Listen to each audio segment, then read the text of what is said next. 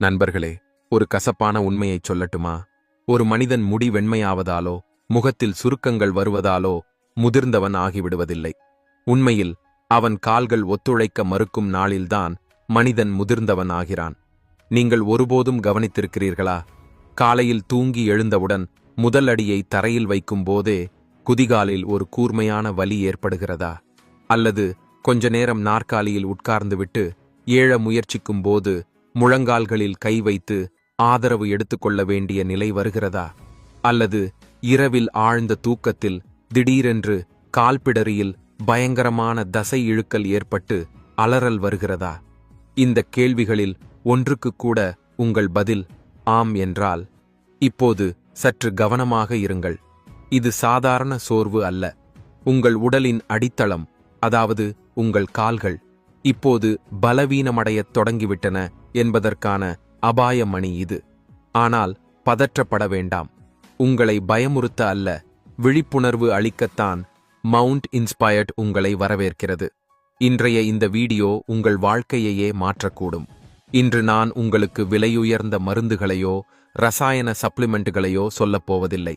நாம் திரும்பிப் போகப் போவது நம் பழைய இந்திய சமையலறைக்குத்தான். அங்கே மறைந்திருக்கும் 8 அதிசயமான நாட்டுப்புற உணவுகள் பற்றி இன்று பேசப் போகிறோம். அவை 60 வயது கால்களுக்கு கூட 20 வயது உயிரை ஊட்டும் சக்தி கொண்டவை. ஆம், நீங்கள் சரியாகத்தான் கேட்டீர்கள். இந்த 8 விஷயங்களில் 8வது ஒன்றை நான் வீடியோவின் இறுதியில் சொல்வேன். அது என்னுடைய தனிப்பட்ட விருப்பமானதும் மருத்துவர்களாலும் உடனடி சக்தி அளிப்பதாக கருதப்படுவதும் தான். முதுமையில் யாரையும் சார்ந்து வாழ வேண்டிய நிலை வரக்கூடாது என்று நீங்கள் விரும்பினால், உங்கள் பேரன் பேத்திகளுடன் ஓடி விளையாட வேண்டும் என்று நினைத்தால், இந்த வீடியோவை ஒரு வினாடி கூட ஸ்கிப் செய்யாதீர்கள். ஏனெனில் அரைகுறை தகவல் நோயை விட ஆபத்தானது. ஆகவே பலவீனத்திலிருந்து பலத்துக்கான பயணத்தை இப்போது தொடங்குவோம். தீர்வை அறியுமுன் நம் கால்களில் இந்த பலவீனம் ஏன் வருகிறது என்பதை முதலில் புரிந்து கொள்ள வேண்டும். நேற்று வரை மலை ஏறிய கால்கள் இன்று 4 அடிகள் நடக்கவே நடுங்குவது ஏன்? மருத்துவ அறிவியலில் இதை சார்கோபீனியா என்று சொல்கிறார்கள். எளிய வார்த்தையில் சொன்னால், ஒரு பழைய கட்டிடத்தின் சுவர்கள் காலப்போக்கில் சிதைவது போல் 40 வயதுக்குப் பிறகு நம் உடல் மெதுவாக தசைகளை இழக்கத் தொடங்குகிறது. ஒவ்வொரு ஆண்டும் தசைகள் சிறிது சிறிதாக குறைந்து கொண்டே போகின்றன. இதோடு சேர்ந்து இன்னொரு பெரிய பிரச்சனையும் நடக்கிறது. வயது அதிகரிக்கும் போது உணவில் உள்ள கால்சியம், வைட்டமின் டி, புரதம் ஆகியவற்றை நம் செரிமான அமைப்பு சரியாக உறிஞ்ச முடியாமல் போகிறது. அதன் விளைவாக எலும்புகள் உள்ளிருந்து காலியாகத் தொடங்குகின்றன. நரம்புகள் சுருங்குகின்றன. நாம் என்ன செய்கிறோம்? வலிக்கான மாத்திரையை எடுத்துக்கொள்கிறோம். நண்பர்களே, வலி மாத்திரை அலாரத்தை மட்டும் நிறுத்தும், தீயை அணைக்காது. நம் உடல் என்ஜினுக்கு சரியான எரிபொருள் தேவை. நம் உடல் ஒரு அதிசயம். சரியான ஊட்டச்சத்து கிடைத்தால் 70 வயதிலும் கூட அது தன்னை தானே சரி செய்து கொள்ளும். ஆகவே உங்கள் கால்களை இரும்பு போல் வலுவாக்கும் அந்த 8 நாட்டுப்புற பொக்கிஷங்களை இப்போது வெளிச்சத்துக்கு கொண்டு வருவோம். மேலும் இந்த பொருட்களில் ஏதேனும் வாங்க வேண்டுமென்றால் அவற்றின் லிங்குகளை நான் டிஸ்கிரிப்ஷனில் கொடுத்து விடுவேன். வேறு எங்கும் தேடி அலைய வேண்டாம். நம் பட்டியலில் முதலில் வரும் பொருள் பழைய காலத்து மல்லர்கள் தங்கள் வேட்டிக்குள் கட்டிக்கொண்டு சென்றது. அது வறுத்த கடலை மற்றும் வெல்லம். இன்றைய இளைஞர்கள் ஜிம்முக்குப் போய் ஆயிரக்கணக்கில் செலவு செய்து புரதப் பொடிகளை குடிக்கிறார்கள். ஆனால் உண்மையான பலம் எங்கே இருக்கிறது என்பதை நம் முன்னோர்கள் அறிந்திருந்தார்கள். கடலையில் நிறைய புரதமும் நார்ச்சத்தும் உள்ளது. அது நேரடியாக சேதமடைந்த தசைகளை சரி செய்கிறது. வெல்லம் வெறும் இனிப்பல்ல, அது இரும்புச் சத்து நிறைந்த ஒரு களஞ்சியம். இந்த இரண்டையும் சேர்த்து சாப்பிட்டால் அற்புதம் நடக்கும்.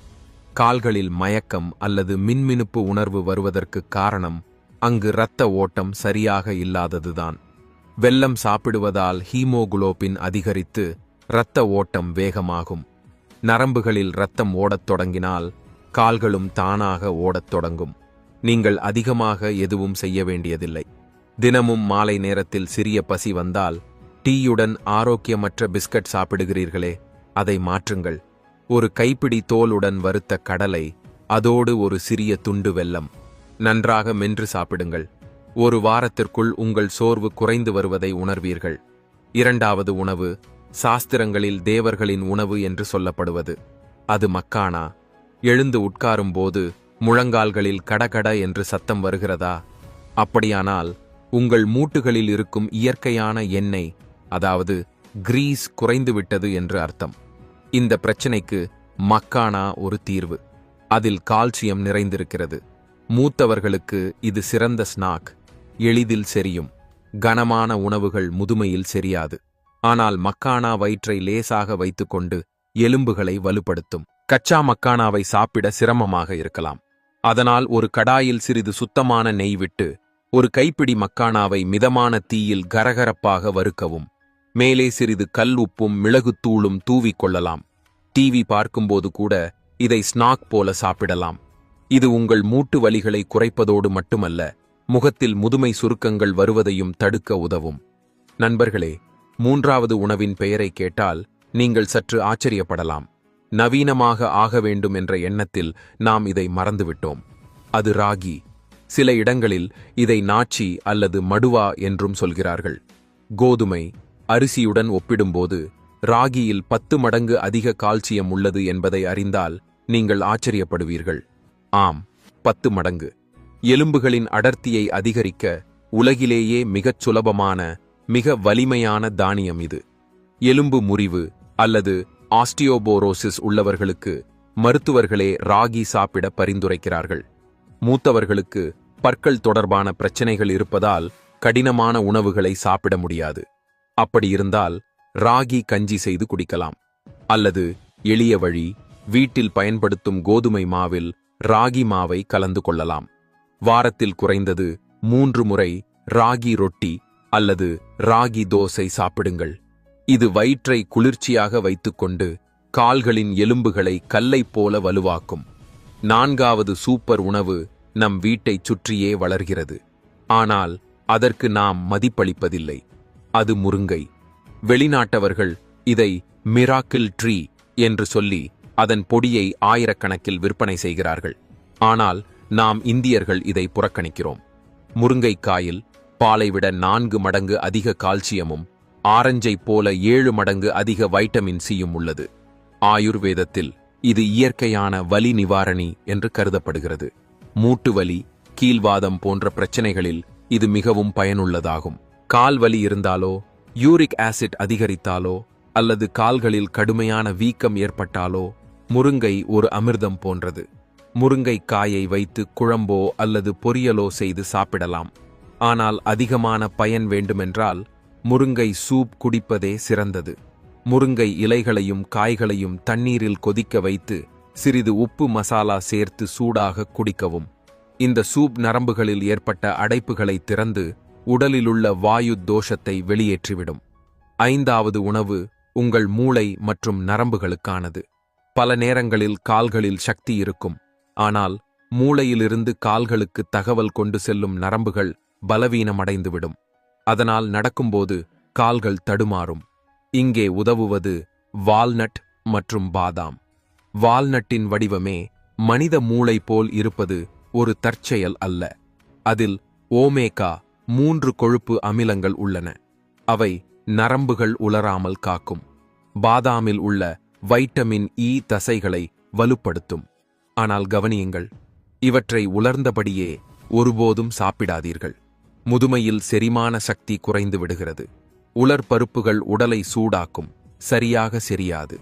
இரவு தூங்குவதற்கு முன் 2 வால்நட் பருப்புகளையும் 4 பாதாம்களையும் தண்ணீரில் ஊற வைக்கவும். காலையில் எழுந்ததும் பாதாமின் தோலை நீக்கி காலியான வயிற்றில் நன்றாக மென்று விழுதாகி சாப்பிடுங்கள். இது உங்கள் கால்களுக்கு மட்டுமல்ல, உங்கள் நினைவாற்றலுக்கும் உறுதியான கவசமாக இருக்கும். 6வது உணவு இன்றைய பலர் பயப்படும் ஒன்றுதான். அது சுத்தமான தேசி நெய். நெய் சாப்பிட்டால் கொலஸ்ட்ரால் அதிகரிக்கும், உடல் எடை கூடும் என்று பலர் நினைக்கிறார்கள். நண்பர்களே, அது அரை உண்மை. ரிஃபைன்ட் எண்ணெய் விஷம். ஆனால் மாட்டின் சுத்தமான நெய் மருந்து. ஒரு கதவின் குவியல் துருப்பிடித்து சத்தம் எழுப்பினால் அதில் எண்ணெய் அல்லது கிரீஸ் தடவுவோம் அல்லவா? அதேபோல் நம் முழங்கால், இடுப்பு மூட்டுகளும் குவியல்கள் போன்றதே. உடலில் உலர்ச்சி அதிகரித்தால் வலி ஆரம்பமாகிறது. நெய் மூட்டுகளுக்கு மென்மையை அளிக்கிறது. எலும்புகள் ஒன்றோடொன்று உரசாமல் காக்கிறது. நீங்கள் நெய் குடிக்க வேண்டியதில்லை. தினமும் ஒரு சிறிய கரண்டி நெய்யை சமைத்த உணவின் மேல், பருப்பு அல்லது ரொட்டியின் மேல் கச்சையாக ஊற்றி சாப்பிடுங்கள். அதை வேக வைக்க வேண்டாம். இப்படியே மேலிருந்து சேர்க்க வேண்டும். இது வாயுத்தோஷத்தை சமப்படுத்தும். ஆயுர்வேதத்தின்படி முதுமையில் வரும் 90% வலிகள் வாயுத்தோஷத்தினால்தான். அதை அமைதிப்படுத்தும் மிகப்பெரிய வழி நெய்தான். 7வது உணவு, ஒவ்வொரு இந்திய அம்மாவுக்கும் தெரிந்த பாரம்பரிய மருந்து, மஞ்சள் பால். ஆனால் அதைச் செய்யும் சரியான முறையை 90% மக்கள் அறியவில்லை. இரவில் தூங்கும்போது கால்களில் பதற்றம், வலி அல்லது ரெஸ்ட்லெஸ் லெக் சிண்ட்ரோம் இருந்தால் இந்த பால் உங்களுக்கு அமிர்தம். மஞ்சளில் உள்ள குர்குமின் வீக்கத்தை குறைக்கும். ஆனால் வெறும் பாலில் மஞ்சள் கலந்து குடித்தால் முழு பயன் கிடைக்காது. ஒரு கப் பாலை சூடாக்குங்கள். அதில் அரை கரண்டி மஞ்சள் சேர்க்கவும். இப்போது கவனமாக, அதில் ஒரு சிட்டிகை மிளகுத்தூளும் ஒரு சிறிய இலவங்கப்பட்டை துண்டும் சேர்க்க வேண்டும். ஏன் தெரியுமா? மஞ்சளின் சக்தியை உடலுக்குள் கொண்டு செல்லும் சாவி மிளகுதான். மிளகில்லாமல் மஞ்சளின் 90% பலன் வீணாகிவிடும்.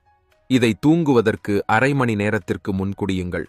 காலையில் நீங்கள் இவ்வளவு புத்துணர்ச்சியாக எழுந்திருப்பீர்கள் என்று உங்களுக்கே நம்ப முடியாது. இப்போது என் தனிப்பட்ட விருப்பமான 8வது உணவின் முறை, பேரீச்சம்பழம். முதியவர்கள் அடிக்கடி சொல்லும் புகார் என்ன? மகனே, உடலில் தைரியமில்லை, உடல் சோர்ந்து போகிறது என்பதுதான். பேரீச்சம்பழம் இயற்கை கொடுத்த சக்தி காப்சியூல். இதில் பொட்டாசியம் மற்றும் மெக்னீசியம் நிறைந்துள்ளன.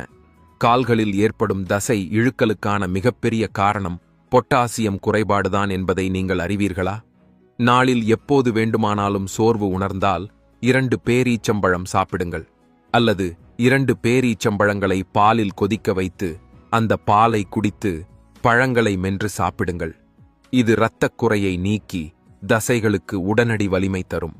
நண்பர்களே, இந்த 8 உணவுகள் உங்கள் உடலுக்கான எரிபொருள். ஆனால் வண்டி பெட்ரோல் மட்டும் இருந்தால் ஓடாது. என்ஜினையும் இயக்க வேண்டும். இவற்றையெல்லாம் சாப்பிட்டுவிட்டு நாள் முழுவதும் படுக்கையிலேயே இருந்தால் எந்த பயனும் இல்லை. இந்த உணவுகளின் முழு பயனை பெற நீங்கள் 3 சிறிய விஷயங்களை கட்டாயம் செய்ய வேண்டும். முதல் விஷயம், சூரிய ஒளி. நீங்கள் எவ்வளவு கால்சியம் சாப்பிட்டாலும் உடலில் வைட்டமின் டி இல்லை என்றால் அது எலும்புகளில் சேராது. வைட்டமின் டி-க்கான ஒரே மூலமே சூரியன். தினமும் காலை மென்மையான வெயிலில் 15 முதல் 20 நிமிடம் உட்காருங்கள். அது உங்கள் எலும்புகளை சார்ஜ் செய்யும். 2வது, சரியான அளவு தண்ணீர். முதுமையில் தாகம் குறைந்து விடுகிறது. அதனால் பலர் தண்ணீர் குடிப்பதை மறந்து விடுகிறார்கள். நினைவில் வைத்துக் கொள்ளுங்கள், நம் தசைகள் 75% தண்ணீரால் ஆனவை. தண்ணீர் குறைந்தால் தசைகள் இறுகிவிடும். நாளெங்கும் சிறு சிறு அளவாக தண்ணீர் குடித்துக்கொண்டே இருங்கள். 3வது, லேசான உடற்பயிற்சி. ஒரு மந்திரத்தை நினைவில் வைத்துக் கொள்ளுங்கள். இயக்கம்தான் மென்மை. நீங்கள் நகர்ந்தால் மூட்டுகள் திறந்தே இருக்கும். நின்றுவிட்டால் துருப்பு பிடிக்கும். நான் ஜிம்முக்கு போகச் சொல்லவில்லை. காலை மாலை 15 நிமிடம் நடைப்பயிற்சி போதும். நடக்க முடியாவிட்டால் படுக்கையிலேயே உட்கார்ந்து கால் விரல்களை வட்டமாக சுழற்றுங்கள். உடலை எப்படியாவது அசைக்க வேண்டும். நண்பர்களே, முதுமை ஒரு நோய் அல்ல. அது வாழ்க்கையின் ஒரு கட்டம் மட்டுமே. அது ஒரு எண்.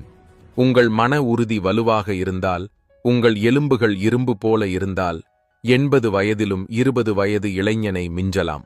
என் கைகளை கூப்பி உங்களிடம் ஒரு வேண்டுகோள். இன்றே இந்த 8 விஷயங்களில் எந்த 2 அல்லது 3ஐயாவது உங்கள் உணவில் சேர்க்கத் தொடங்குங்கள். வெறும் 7 நாட்கள். ஆம், உங்களுக்கு நீங்களே 7 நாட்கள் கொடுங்கள். படிக்கட்டில் ஏறும்போது உங்கள் மூச்சிலும் கால்வலியிலும் மாற்றம் ஏற்பட்டிருப்பதை உணர்வீர்கள். இப்போது நீங்கள் செய்ய வேண்டிய ஒரு சிறிய வேலை இருக்கிறது. Mount inspired. நாமெல்லாம் ஒரு குடும்பம். இதில் எதை நீங்கள் இன்று முதல் சாப்பிட ஆரம்பிக்கப் போகிறீர்கள் என்று கமெண்டில் சொல்லுங்கள். அல்லது உங்கள் பாட்டி, நாணி சொல்லிய கால்வலிக்கு உதவும் எந்த நாட்டுப்புற மருந்து உங்களுக்கு தெரிந்தால் அதைவும் எழுதுங்கள். உங்கள் ஒரு கருத்து இன்னொரு முதியவருக்கு உதவியாக இருக்கலாம். இந்த வீடியோ உங்களுக்கு பயனுள்ளதாக இருந்தது என்று நினைத்தால் அதை உங்களுக்குள் மட்டும் வைத்துக் கொள்ளாதீர்கள். உங்கள் பெற்றோர், தாத்தா பாட்டி அல்லது நண்பர்களின் வாட்ஸ்அப் குழுவில் கண்டிப்பாக பகிருங்கள். நல்லதை பகிர்ந்தால் அது பெருகும். மேலும் இப்படிப்பட்ட ஆரோக்கியம் சார்ந்த அறிவியல் மற்றும் நாட்டுப்புற வழிமுறைகளை தொடர்ந்து பெற விரும்பினால் இப்போதே மவுண்ட் இன்ஸ்பயர்ட் சேனலை சப்ஸ்கிரைப் செய்து அருகில் உள்ள பெல் ஐகானை அழுத்த மறக்காது.